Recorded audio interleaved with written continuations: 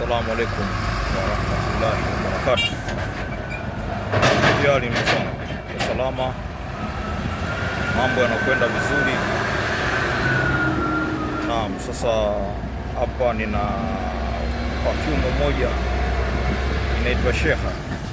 Hii ni perfume special kwa ajili ya kuita wale viumbe wa kwenye maji. Sikia, viumbe wa kwenye maji akiwemo ule samaki mtu, unatumia perfume hii hapa. Natumia perfume hii kuita, na kuna taratibu namna ambavyo unatakiwa uweze kuiandaa hii perfume.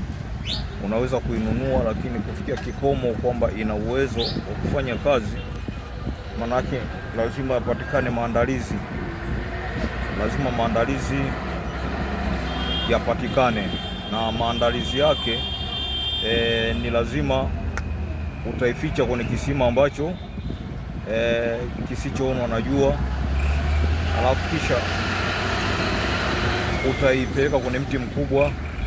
Ukishaitoa kwenye mti mkubwa, kisha unaifanyia kafara ya kuku jike tetea mweupe kabisa. Unachinja, ukishachinja basi unawasha udi zako. Ukishawasha udi zako, basi katika mzunguko huu perfume inakuwa na nguvu ya kuweza kufanya kazi inayohitajika, na kazi ni lazima ukaifanyie sehemu yenye chanzo cha maji, mfano kama mto, kisima, bwawa, bahari, ziwa. Unatumia namna kama hiyo. Sema nisikuchoshi sana. Ukiwa nayo hii perfume utaweza kuniambia, alafu nitakusaidia maarifa zaidi.